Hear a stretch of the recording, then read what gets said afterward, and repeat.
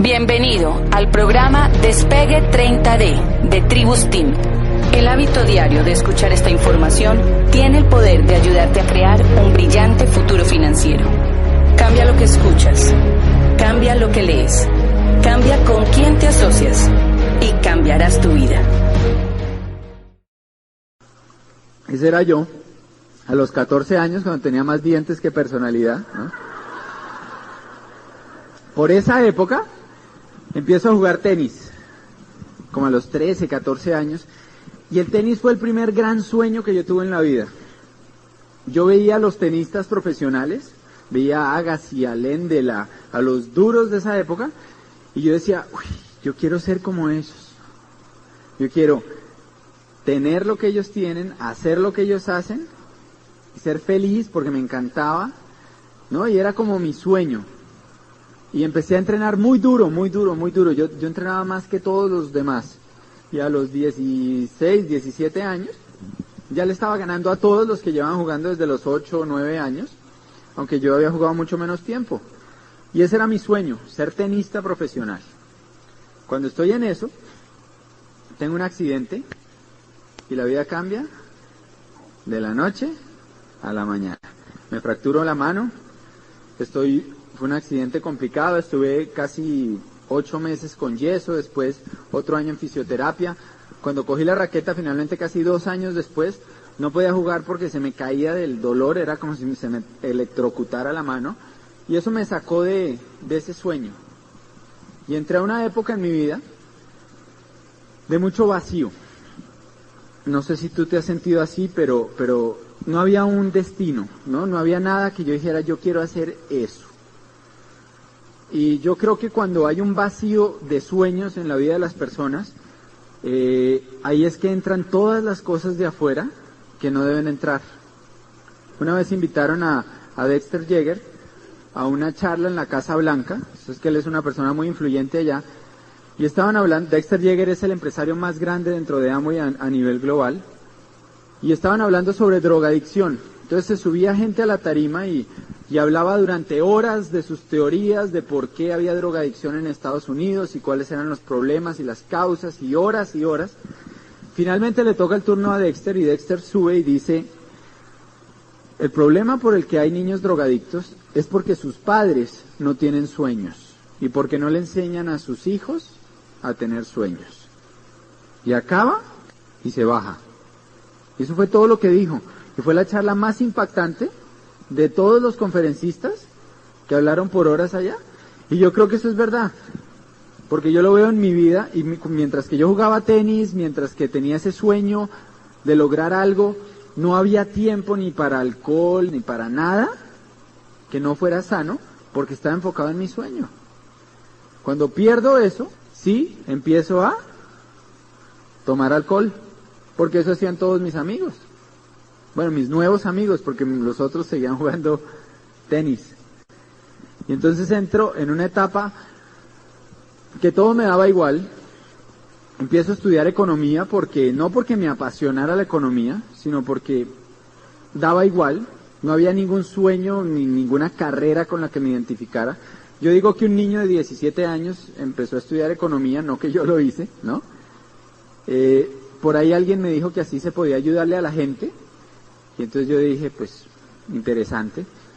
Pero después de que llevo unos años estudiando eso, me di cuenta que no es así, que la mayoría de los economistas, ¿hay economistas acá? Allá hay 2, ¿no? Voy a contar un chiste de economistas, me perdonan ustedes de allá. La mayoría de los economistas se la pasan es criticando al economista de turno, al ministro de turno, de sus teorías, y finalmente lo único que hacen es teorías y teorías basadas en supuestos que son irreales. Entonces el chiste es que va un barco y naufraga, ¿no? Y quedan 2 náufragos y se van nadando hasta la playa, y están en la playa perdidos, no saben dónde están, y de pronto ven que va pasando un globo por allá arriba, y entonces le dicen al señor del globo, uno de los 2 le dice, señor, el del globo los ve, ah sí, dígame, le dice, ¿dónde estamos? Entonces el del globo los mira, pues allá. ¿No? Y el otro lo mira raro y le pregunta al otro, ¿y usted para dónde va? Y el del globo dice, pues para allá.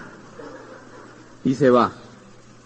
Entonces le dice uno de los dos náufragos al otro, ese del globo debe ser economista. Y el otro le dice, ¿y por qué? Dice, mire, primero, lo que dice, lo dice con mucha seguridad, ¿no? Segundo, todo lo que nos dijo es verdad. El tipo no nos dijo mentiras, dijo la verdad. Y tercero, lo que dice no sirve para nada, ¿no? Entonces, yo me sentía así. Sentía que era una carrera que en la práctica no tenía ni idea realmente a qué se podía aplicar y cómo le podía ayudar a nadie. Entonces entré en una época de mucho, esa es la foto que sigue, ¿no? Esta de rumba con amigos. Y a eso era lo que me dedicaba. Yo salía el jueves, el viernes, el sábado, el domingo, el lunes, el martes, el miércoles, y entonces ahí ya empataba con el jueves, ¿no? Y el viernes y el sábado, y así pasé la universidad. Empecé a trabajar, pero seguía siendo un rumbo, no me gustaba mi trabajo, veía las perspectivas complicadas, después tuve otro trabajo y después entró al Citibank, ¿no? Me gané el puesto, porque en todo caso en la universidad me iba bien, ahí iba con las notas buenas, y me gané el puesto que todos mis compañeros de la universidad querían, que era entrar al Citi, ¿no? Ese era el trabajo que todo el mundo quería. Yo me lo gané y entro a trabajar allá. Cuando estoy allá, voy a la universidad a recoger un trabajo, que iban a entregar unas notas, ya terminando, y veo que hay un tipo que a mí no me caía bien, hablando con mis amigos, ¿no? Con los que yo salía jueves, viernes, sábado, ¿no? Está este tipo hablando con ellos, y no es que no me cayera bien, es que me caía mal.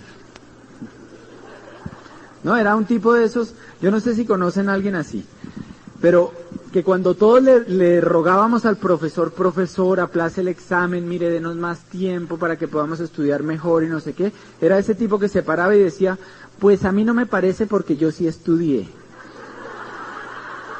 ¿Sí lo conocen? ¿No? Bueno, era ese. Y yo no era ese, y entonces no me caía bien. Y lo veo que está hablando con mis amigos y a algo los invita, y al final les dice, entonces nos vemos a las 6 y se va. Y entonces yo me acerqué, ¿y qué fue eso? ¿No? No, que un negocio. ¿Y un negocio? ¿De qué? No, ni idea. Pero que a las 6 nos veamos donde Chicho, ¿no? Que era como se llamaba uno de mis amigos. Y entonces él me vio que yo estaba como preguntando, yo tampoco le debía caer muy bien al tipo, porque me dijo, pues si usted quiere vaya. No, y se fue. Y entonces llegué allá, 6 de la tarde, yo igual salía con ellos el sábado por la noche, entonces era llegar 2 horas antes, no era una gran decisión ir a eso, igual me iba a ver con mis amigos, pero qué tal que yo no fuera y que fuera algo bueno, ¿no? Porque el tipo por lo menos pilo sí era y estudiaba, y entonces qué tal que fuera una oportunidad, pues tocaba ir. Entonces voy a la reunión, y a esa reunión llega Camilo. Camilo es mi auspiciador, fue el que dio el plan esa noche. Camilo tenía una pizarra que era así de grande, como este librito, con marquito y todo, ¿no? Y la operación era la siguiente, en esa época, después ya compramos, todos teníamos una pizarra de esas, pero al principio no había tripiés, ¿no? Entonces la comprábamos y eso traían una cuerdita, y entonces la operación era que uno llegaba a las casas, saludaba a la persona en la casa y empezaba a mirar las paredes. Y finalmente encontraba una pared que se acomodaba como estaba el resto de la sala, o de pronto tocaba hasta reacomodar los muebles, ¿no? Y entonces quitaba el cuadro y colgaba su pizarra, y estaba toda la noche escribiendo y la pizarra golpeando contra la pared, y la pobre señora de la casa así, esa nunca se auspiciaba, ¿no? Esa lo único que quería era volver a pintar su pared. Ahora tenemos DVD. Ustedes no saben por la que nosotros pasamos. Yo estuve en la apertura aquí en Venezuela en el 98 y cargaba una pizarra de esas en tripié y me la pasé por todo Maracaibo, por Caracas. Cada vez que me subí en avión todos creían que llevaba una ametralladora y me requisaban y me la desbarataban y me tocaba volverla a armar. Ahora tenemos DVD, ¿no? sea, la evolución del negocio, créanme que los nuevos la tienen fácil. Y entonces Camilo da el plan ahí, yo no le entendí nada, y en un pedazo, imagínense, economista, Citibank, ¿no? Yo sentado así con mi status pelatus, ¿no? Y entonces lo veo que en un pedazo dice, y entonces, si usted hace esto, si ustedes hacen esto, y si siguen así, entonces después van a llegar a una cosa que se llama esmeralda y diamante, y con todo y eso me sonó bueno, ¿no? Porque yo no lo veía como que yo iba a dejar mi carrera para hacer esto, sino como un negocio extra, adicional a lo que hacía.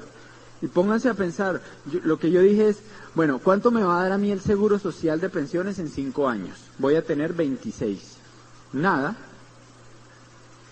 Y por hacer este negocio, de consumir los productos y decirle a mis amigos que hagan lo mismo, en 5 años me voy a estar casando, voy a necesitar esos $20,000, ¿o no? O sea, honestamente me parecía el negocio más estúpido que había habido en la vida. Yo estudiaba economía, negocios internacionales, negociación entre países, me tocaba leerme unas fotocopias con una letra así de grande, ¿no? Y unos libros de unos teoremas matemáticos complicadísimos. Consuma en su casa y dígale a sus amigos que hagan lo mismo. O sea, el que no hiciera eso era un estúpido, ¿no? Pensaba yo. Era lógico. Y entonces lo hice, pero tampoco estaba así entusiasmadísimo porque pues eran en 5 años acumulados, no me iban a cambiar la vida. Entonces llego a mi casa, el martes hay una siguiente reunión, llego a la reunión el martes, y a esa reunión va Carlos Eduardo Castellanos, ¿no? Uno de los líderes más grandes en Colombia, y él ya tenía una pizarra más grande, ¿no? Entonces empieza a explicar mejor, y Carlos Eduardo hablaba diferente, él tenía un lenguaje que yo nunca había oído, él hablaba de sueños, de metas, de romper obstáculos en la vida, ¿no? Yo estaba acostumbrado al ministro de Hacienda hablando de los indicadores del país. Y este loco, se nota que se acaba de ver un cassette, entonces decía, entonces tú metes primera, ¡ta! Y haces un mini Quicksilver, y metes segunda y haces un Quicksilver, y tercera y llegas al 21%, y cuarta llegas a esmeralda, y quinta eres diamante, y yo, ¿cómo? O sea, eso a mí me enloqueció. Entonces llegué a la casa entusiasmadísimo, ¿no? Le cuento a mi papá, papi, ahora sí encontré lo que quiero hacer. Entonces le traté de medio explicar, o sea, imagínense el desastre que fue esa explicación, y mi papá me mira, ¿no? Sus palabras exactas fueron, a ver si yo entiendo, Fernando. Yo le pagué a usted 5 años de universidad para que usted se ponga a vender jaboncitos. Y yo traté de explicarle, pero no hubo forma. O sea, el hombre estaba cerrado, yo ya conozco de eso, yo ya oí de eso es un desastre, ¿usted cómo se va a poner a hacer eso? Y miren, en el negocio uno necesita 3 cosas para sacarlo adelante. Número 1, necesitas honestidad. ¿Honestidad con quién? Contigo mismo. Vas a tener que llegar a un punto en que te mires al espejo y te preguntes para dónde vas. ¿Y qué va a pasar si no haces esto? Y eso fue lo que yo hice. Yo me había ganado el puesto que todos mis compañeros querían, pero Camilo, el que me mostró el negocio, me hizo una pregunta. Él me dijo, ¿dónde va a estar en 5 años si sigue haciendo lo mismo que viene haciendo? Entonces yo me busqué el que hace 5 años había ocupado mi puesto en el banco y me di cuenta que estaba vendiendo el carro para poder comprar nevera y electrodomésticos porque se iba a casar. Y yo acababa de poder comprar mi carro. Entonces yo decía, ¿y en 5 años voy a estar?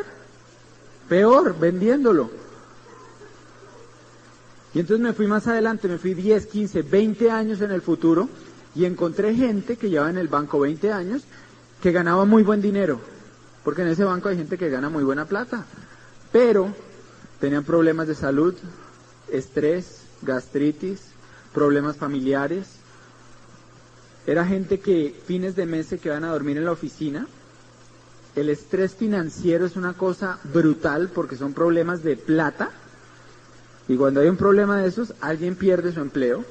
Entonces tú veías gente que llevaba ya 15, 20 años, que ya debían no manejar la situación, y los veías fuera de sí, enloquecidos, histéricos, gritando. Y yo decía, Dios mío, esta gente no es y no hace Y muchos no tienen lo que yo quiero tener después de 20 años de trabajo. Entonces Camilo me mostró a los diamantes. Me dijo, mire esta gente. Mire cómo viven. Me mostró el perfiles de éxito. Mire las casas que tienen y mire lo que dicen y lo que hablan. Y encontré, ¿se acuerdan el tenis que tenía ídolos? Por segunda vez en mi vida encontré gente que era, hacía y tenía lo que yo quería ser, hacer y tener. Un punto de referencia. Alguien que lo había logrado. Entonces, así como antes, recuperé mis sueños. Y eso es algo valiosísimo. Y entonces, número 1, tienes que ser honesto. ¿Para dónde vas? Número 2, tienes que ser humilde. Tienes que aprender de gente que ya tiene el resultado en la mano. Porque esa gente no se lo inventó, esa gente lo aprendió a su vez de otros y otros y otros que tienen el resultado. Cuando yo empecé el negocio, a mí eso me costó trabajo, porque Carlos Eduardo era un veterinario que no había acabado su carrera, que estaba quebrado cuando empezó el negocio, tenía deudas, y yo lo miraba y no veía en él, por eso, un maestro. Y me tomó tiempo, golpes, caerme, darme cuenta que de mi manera no me iba a funcionar. Y entonces fui humilde, fui donde él y le dije, ok, tú tienes el resultado, porque ya lo tenía, dime cómo lo hago. Eso es clave, que tú tengas la humildad de aprender de la gente que ya lo logró. Y que dejes a un lado el estatus y todos tus antecedentes. Si tienes 5 carreras, 5 profesiones, 3, 2, buenísimo, pero no dejes que eso se vuelva un obstáculo para ti. Úsalo como un trampolín, pero sé humilde y aprende de los que en esto ya son exitosos. Y por último, tú necesitas madurez. Y algunos dirán, y yo vine aquí un domingo a las 5 de la tarde, a que un muchachito me diga que tengo que tener madurez. Yo te digo, sí, a mí me trajeron desde Colombia en un avión, me mandaron a Barquisimeto, a Valencia, ahora me trajeron aquí para decírtelo. ¿Necesitas tener madurez? Ahora te voy a decir una cosa. Gracias. ¿Qué es madurez como yo lo estoy hablando? Dexter dice que una persona madura es una persona que confía en sus decisiones de adulto y no las cambia porque los otros opinan cosas diferentes. Eso es una persona madura. Tú viste en esto una oportunidad. Viste un negocio. Viste algo para ti, para tu familia. Confía en ti. Confía en lo que viste. No dejes que otra persona que no ha visto lo que tú sí viste cambie tu forma de pensar. Es tu autoestima, no la dejes en manos de los demás. Entonces cuando mi papá me dijo a mí eso, yo no sé si yo era muy maduro, pero por lo menos terco sí era. Entonces yo lo miré y por dentro pensé, qué lástima que él no lo entendió, pero yo le voy a demostrar que esto sí es verdad. Y esto en vez de detenerme va a ser algo que me va a motivar a salir a trabajar. Y empezamos a trabajar. Y duré unos meses haciéndolo a mi manera, lo que te conté no funcionó. Finalmente llegó Camilo un día y me dice, Fer, hay una convención en Panamá. Todavía no había convenciones en Colombia. Entonces yo le dije, pues qué bueno para los panameños, ¿no? O sea, eso no era conmigo. Entonces me dice, no, vamos. Me dice, a ver, Camilín, de esto no me estoy ganando todavía gran cosa, estaba como al 6%, ¿no? No estoy teniendo resultados. Me tocaría pedir permiso en el trabajo, que no me lo van a dar porque llevo menos de un año y pues todavía no tengo vacaciones. Me tocaría conseguir el dinero, que son $800, y mis ahorros de toda la vida son como 300 o 200.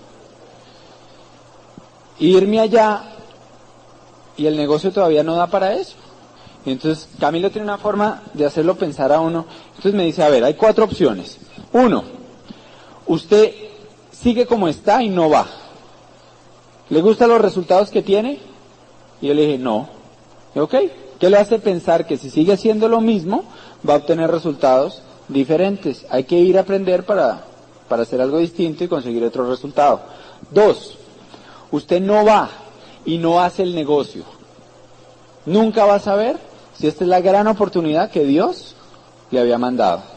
3, me dice, usted va ve el negocio en grande, lo entiende y se da cuenta que no es para usted, y deja de perder su tiempo y de paso deja de perder el mío. Y por último, usted va, se da cuenta que si es para usted, llega en 3 meses al 21%, recupera ese dinero y su negocio se dispara.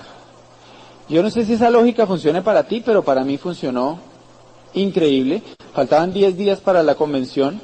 Entonces yo dije, bueno, pues si ya me voy a ir para allá, llevémonos a alguien, ¿no? O sea, ya estoy adentro, vamos a llevarnos a alguien. Tenía 3.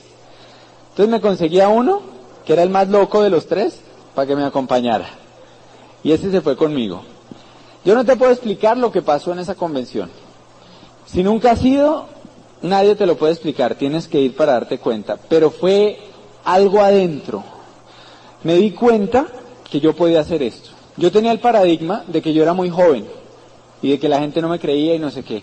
Y allá había un diamante que había calificado diamante como a los 24, 25 años, ¿no? Y entonces yo dije, joven, estoy esquedado, ¿no? O sea, me voló el paradigma de una, además fue el primero que habló. Después empezaron a hablar otros y yo me di cuenta, yo sí puedo hacer esto. Y me convencí. Llegué y en 3 meses estaba al 21%. ¿Te acuerdas el loco el que me llevé? El siguiente mes que yo califiqué, abril de 1997, calificó. Un mes después de mí. Él acaba de entrar al negocio cuando me lo llevé para allá. Esa es una pata que nunca en todos estos años ha bajado del 21%. Jamás. Y me ha generado siempre, cuando tú tienes una línea al 21 te genera un 4%. Bueno. Esa es una línea que tiene varios platinos y ahorita el seminario pasado rompieron además unos rubíes. Es una línea que genera bastante más de eso, del mínimo. Tienes que tener tu gente ahí, porque esa es la gente que se te va a disparar. Eso nos compró el apartamento. No, esa promoción. Entonces, sigue. Esta es la calificación que fue después de eso. Dale.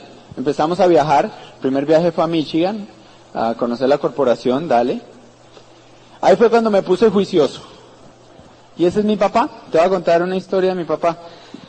En el año 2000 nos casamos, empezamos a trabajar juntos en el negocio y empezamos calificación Zafiro en el 2001.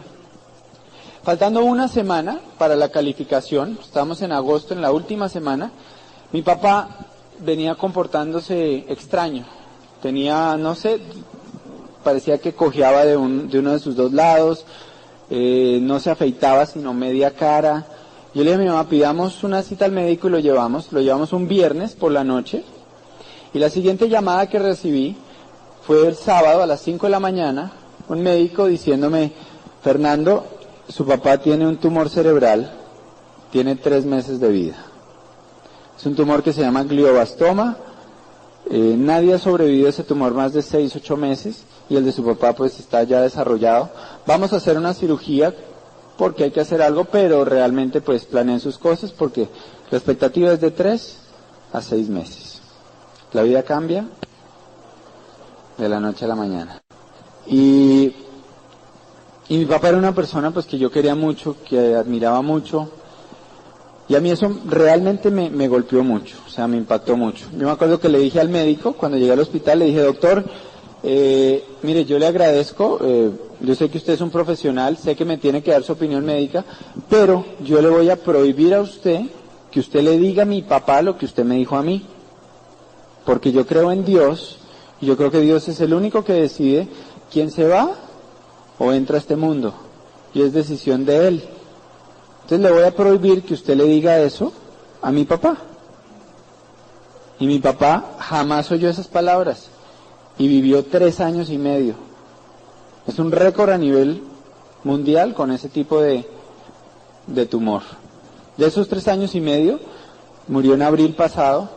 Tuvo 1 año y medio muy buenos, buenísimos. Que hasta jugó golf, la pasó súper bien. Él era muy acelerado, entonces fue como un año para tranquilizarse, para hacer buena relación con todos nosotros.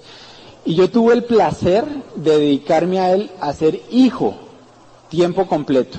Esa fue mi profesión durante 1 año y medio. Yo llegaba a la casa de él a las 8 de la mañana, que mi mamá tenía que salir a trabajar porque ellas tienen una empresa familiar y ella es la gerente, y me podía quedar con él hasta las 5 de la tarde. Lo acompañaba a quimioterapia, a radioterapia, almorzaba con él, me quedaba por las tardes leyendo con él, me conseguí un libro, le leía libros del sistema de capacitación, y me conseguí un librito que se llama Chocolate Caliente para el Alma, de quien ha logrado sobrevivir. Entonces son puras historias de gente que ha sufrido cáncer y enfermedades terminales y han salido adelante. Y yo le leía eso, y le leía, y él me miraba, le daba fe. Y yo por eso te digo que hagas el negocio, porque el negocio te va a dar 3 cosas que difícilmente otra cosa te las va a dar. Número 1, te va a dar el tiempo para que en las tormentas de tu vida te dediques a las cosas que son realmente importantes. La satisfacción de haber pasado ese tiempo con mi papá, nunca nadie me la va a quitar. Yo sentí una paz inmensa por el amor y por lo que pude compartir con él en ese tiempo. Entonces te va a dar el tiempo.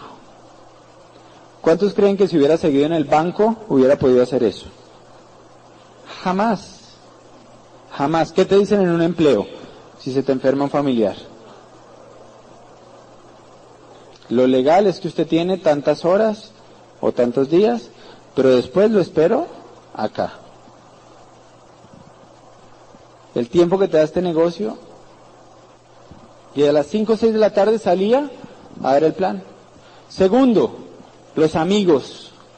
Este negocio te da unas relaciones que tú no vas a encontrar en nada más tampoco. Mira, cuando pasó lo de mi papá, estábamos a 10 días de la calificación Zafiro, me llama Carlos Eduardo y me dice, Fer, ocúpate de tu papá y olvídate del negocio. Yo me voy a encargar de todo, tú ya eres Zafiro, ya lo lograste, ocúpate de tu papá, tu calificación está en mis manos, relájate. Y entonces habló con gente del equipo de apoyo y estaba Mario Orsini, llamando desde Argentina, Mario que tiene negocio en 17 países, miles de personas, llamando desde Argentina gente del grupo a promoverle sus metas, Betty llamando desde Atlanta y Carlos Eduardo encima de todo y toda la gente del equipo metida ahí y yo con mi papá. Los amigos que te da este negocio no te los va a dar, es difícil que te los dé alguna otra cosa. Tú puedes salir adelante y hay luz al final del túnel y se puede sacar algo bueno siempre de una situación que viene aparentemente como una maldición. Eso te lo da el programa de capacitación, conocer la gente y la relación que tú vas desarrollando con Dios. Esas 3 cosas es lo más importante por encima del dinero que te da el negocio y que yo he encontrado. Y yo por eso te digo, hazlo, vale la pena. Por esas 3 cosas vale la pena. Porque van a llegar las tormentas de tu vida si es que no han llegado aún. Y yo espero que tú estés preparado. Y les voy a contar algo que pasó después. Del 2001, desde la enfermedad de mi papá hasta ahora, fueron años bien duros. Fueron años de salir corriendo para el hospital. A veces yo iba a ciudades a trabajar el negocio y me llamaban de urgencia y me tocaba devolverme y salir al hospital y hacer esto y lo otro. Y llegó un punto en que mi papá se convirtió en mi excusa para no progresar. Nosotros llegamos a Zafiro y nos quedamos ahí 3 años largos. Y no progresábamos. Y en mi mente, mi excusa era mi papá. Y empecé a transmitir esa excusa y la gente me la creía, porque es una buena excusa, ¿o no? Cata, mi esposa, me lo creía. La línea de auspicio, el equipo me lo creía. Dicen, no, es que Fer ahorita está pasando por una situación muy difícil, hay que darle tiempo, esperar. Y todo el mundo me consentía mi excusa. Y te voy a contar lo que pasó. Hace un año sale el programa de incentivos. En ese momento mi papá había quedado pues en una cama sin hablar, sin caminar, sin comer, con una sonda, ¿no? Con enfermera pues 24 horas. Sale el plan de incentivos y salen los bonos nuevos que lo que hicieron fue que crearon un negocio nuevo, espectacular. Y me siento yo con Cata, le digo, amor, hagamos el negocio ahora, vamos a calificar ahora, este año, vamos a hacerlo. Y Cata me dice, Fer, pero la situación de tu papá no ha cambiado, o sea, todo está igual, antes está peor, no es el momento. Yo le dije, ¿sabes qué? pobrecito mi papá. Fuera de que está en una cama, enfermo, sin hablar, sin comer, sin caminar. Fuera de todo eso que le toca a él aguantar, le toca aguantarse un hijo mediocre que no hace lo que tiene que hacer en su vida y se escuda bajo la excusa de él. ¿Y sabes qué? Yo estoy seguro que si mi papá pudiera hablarme, lo que me diría, como lo hizo todo este tiempo, es: Fer, sígueme queriendo, sigue consintiéndome, sigue pasando tiempo conmigo, pero ve y lucha por tus sueños, porque se te está pasando la vida. Y ya no le quiero echar más la culpa a él, y de hoy en adelante nunca le vamos a volver a echar la culpa a él de nuestra falta de decisión y de progreso. Y empezamos a trabajar. Y te voy a contar algo que para mí es un milagro. En marzo empezamos la calificación, y estamos en el último día. Estamos en la última semana, faltan 5 días para que se acabe el mes, trabajando fuerte esa tercera línea, porque Esmeralda son 3, ¿no? Y 2 ya estaban sólidas, ya, de hecho ya habían calificado a platino, pero la tercera estábamos ahí, y faltando 5 días recibo una llamada de mi mamá, 5 de la mañana: Fer, vente para acá porque tu papá está convulsionando y está, no sé, cualquier cosa puede pasar.